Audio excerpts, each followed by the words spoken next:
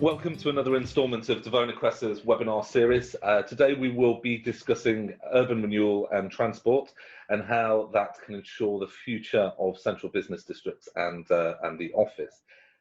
Our relationship with the office and the workplace has certainly been tested over the past year, and whilst the death of the office has been greatly exaggerated, it's clear that the ongoing pandemic and a shift in expectations of where, when and how we work will influence real estate decision making for months and years to come, calling into question the need for more large business districts when the ones that exist already may not even be used to their full potential. So there's a lot of questions when we talk about urban renewal and the need for office space. And I suppose to you, Gagan, on that point, you're an MP in the commuter belt, so a lot of your constituencies will be or will have commuted into central London, and you will probably see as things start to come back that many of those you may have many more constituents as a result of the pandemic. So what are your thoughts on kind of coming back into these central business districts? Sure. Thanks for having me. Firstly, I'm an optimist by nature. I suppose that's why I'm in politics. Now, I think the pandemic has probably accelerated the drive for adoption of technology, but as Claire was saying, we are, as humans, social animals. I, for one, am sick and tired of virtual meetings. No disrespect to obviously this event, but I do think we miss out a lot on not being in the same room with body language and the nuances that you only get with looking at people face to face. I think people were already starting to work from home pre-pandemic. The last 16 months has forced us all to work from home a lot more than we all were anticipating. And when I speak to family and friends, I get reassured that actually a lot of them are eager to go back to the office, maybe not for 5 days a week, but at least part of the week. So from a commercial property perspective, obviously a lot of our pensions are tied up in commercial property, but I do think that the appetite for workplaces outside of home remains very strong. Will that mean that you'll have the odd satellite closer to home? Possibly, but as Claire was saying, London and the large urban areas remain very much a draw, not just for the working environment, but also the social things that it wouldn't be practical in places like Tring or Berkhamsted, or in my place. Things like significant amount of theatre or the leisure stuff that you can only really practically get with large urban areas.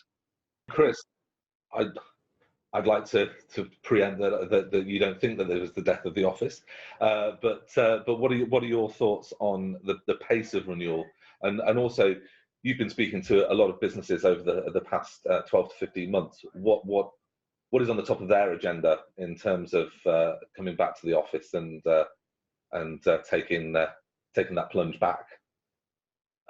So I think that a couple of observations to come to the crux of the question: will it slow down the pace of renewal, and also will it stop essentially the emergence of new districts? I think it will do the opposite for both. So I think it will speed up the process of renewal in existing CBDs, because CBDs will have to work harder to create a place that people want to work in. And that means amenity, it means building specific and facilities within buildings. You just look at things like bicycle provision, for example. Buildings will have to step up and do things differently. So that will happen within existing CBDs. I think also a real potential unintended consequence of all of this could be that as we see the sort of death of the high street from a retail point of view, we could see the re-emergence of the high street as being a place that actually fits a different aspect of the economy. So it provides workplaces, flexible workplaces within regional towns and villages, almost enabling people to get out of their homes, because a lot of the feedback has been, for those who aren't lucky enough to live in a house where they've got plenty of space for everybody to be together, actually you need a separation. And that separation, people don't necessarily want that to mean they've got to get on the train from Tunbridge Wells up to London. They'd rather just stay in Tunbridge Wells but not be in their house. So show me a space that I can walk into. So I think there's a really interesting evolution for both the existing CBDs, but also the high street, if you like, at a more local level. do you think that these messages that we're already starting to come through from businesses and individuals alike, do you think they're filtering through to developers when they're looking at either renewing an existing business district or starting from scratch? Yeah, I completely agree with Chris that landowners and central business districts will have to work a lot harder to bring new value to their physical environment, which means creating a services layer to their offering. And I think this is a really exciting opportunity for the real estate industry to embrace technology, embrace innovation, think about how they add value to their tenants beyond building four walls and putting some desks in there. So this is really exciting because the real estate industry has run very simplistically for a very long time, and this will drive a huge amount of innovation in what it is that we're offering our tenants, our members, our visitors to these spaces.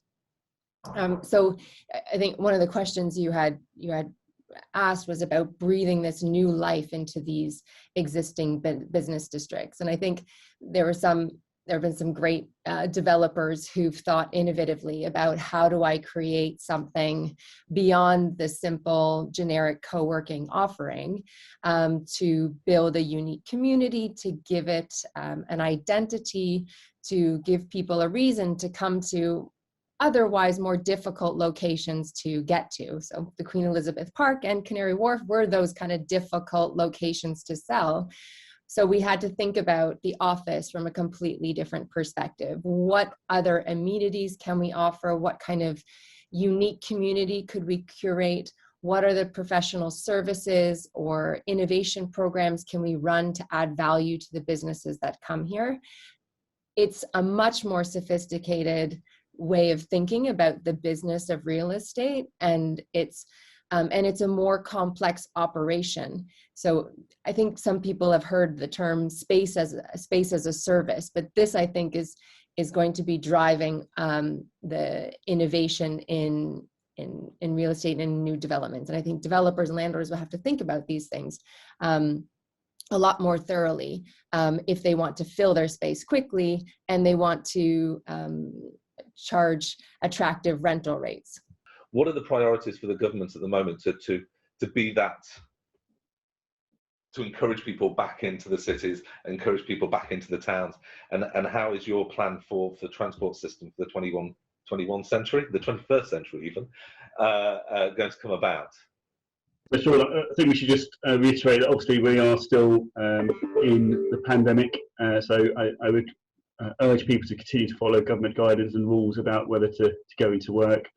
But in terms of the demand transport, obviously a lot of these decisions are well above my pay grade, but it's really interesting to see how much investment we've had in all forms of transport, HS2, Crossrail, the reversal of the beaching programs. I think part of the levelling up agenda for my government is very much ensuring that actually everyone has access to good and decent and reliable transport, whether that's ideally public transport, but also we've got active travel, which includes encouraging walking and cycling for those short journeys. And this can only be good for us. The amount of investment, I can't quote you a figure off the top of my head, but the significant amount of money we are investing in this Parliament to actually ensure that actually up and down the country people are benefiting from decent infrastructure, for me is a proud moment. And obviously we've just touched on a few points about London, but obviously there's bigger cities, the bigger cities around the country, and HS2 being quite a key platform that the government is investing in. What other elements? Because obviously there are other towns and cities that might not benefit from that line. Is there anything else that the government can do to try and improve the systems? We're all used to we were quite used to busy trains and not having readily available bus services in local communities. So is this something that the government is committed to in the recovery phase? Yeah, absolutely. A lot of this work was happening pre-pandemic anyway. We've tried to actually adopt a lot more joined-up thinking. One thing we haven't really touched on is, obviously we've spoken about rail, but free ports is a really interesting concept to encourage economic growth in those areas that historically may not have had a real drive. There will be further announcements. I don't want to steal my minister's thunder, but I know there's a lot of work going on behind the scenes, so look out for future announcements which will talk about how we are being a bit more strategic in our thinking to ensure that actually we're getting the most bang for our buck as taxpayers. HS2 is obviously a strong domestic policy from my Prime Minister. It may cause me some issues locally to me, but the ability to unlock the economic growth of further north can only be good for us as we move away from the economic engine of the southeast. That's not to say that levelling up should be bringing down the southeast. It's actually bringing everyone else up, and that's what I view it as. There's a few words that are coming out from what you've said. So there's entrepreneurial innovation and opportunity. So it seems as though we are at, albeit we're still in a pandemic, we are at a point in time where we've got opportunities and opportunities to build on something that we'd already started. So whether it's existing urban renewal, whether it's existing business districts, but definitely it seems as though we have whilst it's a long road ahead, it looks quite optimistic and a rosy one. So at this point, I'd just like to thank Claire, Gagan, and Chris for your time, and yeah, let's come back in a few months' time to see how things are fared.